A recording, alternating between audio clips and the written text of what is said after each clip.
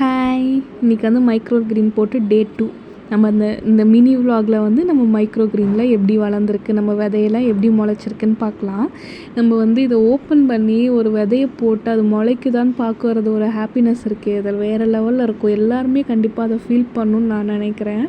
இது பாருங்கள், நான் வந்து போட்டு ஒரு நாள் முடிஞ்சு எடுத்து பார்க்கும்போது அழகாக அந்த விதையில ஒரு முளைப்பு வந்திருக்கு. ஸோ வந்து கரெக்டாக நம்ம எல்லாமே பண்ணியிருக்கோம். ஸோ கரெக்டாக அந்த விதைக்கும் அதுக்கு ஏற்ற டெம்பரேச்சர் எல்லாமே இருக்குது நம்ம வீட்டில். ஸோ வந்து அது கரெக்டாக வளர்ந்துருக்கு. இது ஒரு ஹாப்பினஸ் இருக்குது. இதே போதும். ஸோ வந்து நார்மலாக நம்ம ஒரு கிச்சன்லேயே வளர்த்திக்கலாம். இது வந்து நாங்கள் ஸ்டோர் ரூமில் தான் வச்சுருக்கேன். வேறு எங்கேயுமே இதுக்குன்னு தனியாக ஒரு ஸ்டாண்டாக எதுவுமே பண்ணலை நான். இது வந்து ஃபஸ்ட்டு ஜெர்மினேட் ஆகிற டைம் வரைக்கும் ஒரு 3 நாள் வரைக்குமே வந்து டார்க் அவுட் பீரியட். அதாவது நம்ம வந்து அதுக்கு எந்த ஒரு வெளிச்சமும் தரணும்னு அவசியம் இல்லை. மேலே ஒரு மூடி போட்டு மூடி வச்சுருவோம்.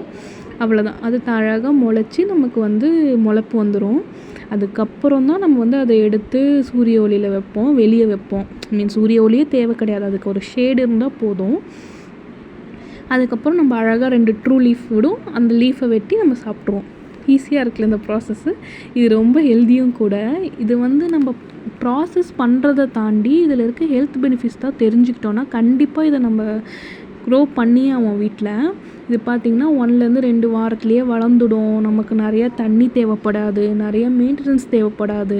அழகாக ஒரு நாளைக்கு 2 டைம் அதை போய் எட்டி பார்த்து தண்ணி ஊற்றிட்டு வந்தால் போதும். ஸோ வந்து இதில் பார்த்திங்கன்னா ஹார்ட் டிசீஸ்க்கு நம்ம வந்து இது சப்போர்ட் பண்ணோம். அதாவது இதில் வந்து பேட் கொலஸ்ட்ரால் கம்மியாக இருக்குது. அதே மாதிரி விட்டமின்ஸ்லாம் அதிகமாக இருக்குது. ஸோ வந்து low in calories but high in nutrient. So வந்து இது எப்பயுமே நல்லது உடம்புக்கு. யார் வேணாலும் சாப்பிட்லாம். டயபெட்டிக்ஸ், கேன்சர்ஸ், இன்ஃப்ளமேஷன் இதோட ரிஸ்கெல்லாம் வந்து குறைக்கும். ஸோ வந்து பயப்படாமல் எல்லாருமே இந்த ஃபுட்டில் எடுத்துக்கலாம். ஈஸியாக சாலட்ஸில், சாண்ட்விச்சில், சூப்பு, ஸ்மூத்திஸ் இது எல்லாமே பண்ணிக்கலாம். ஈஸியாக குக் பண்ண முடியும், ஈஸியாக வளர்த்த முடியும். இதை விட்டால் வேறு என்ன வேணும் நமக்கு?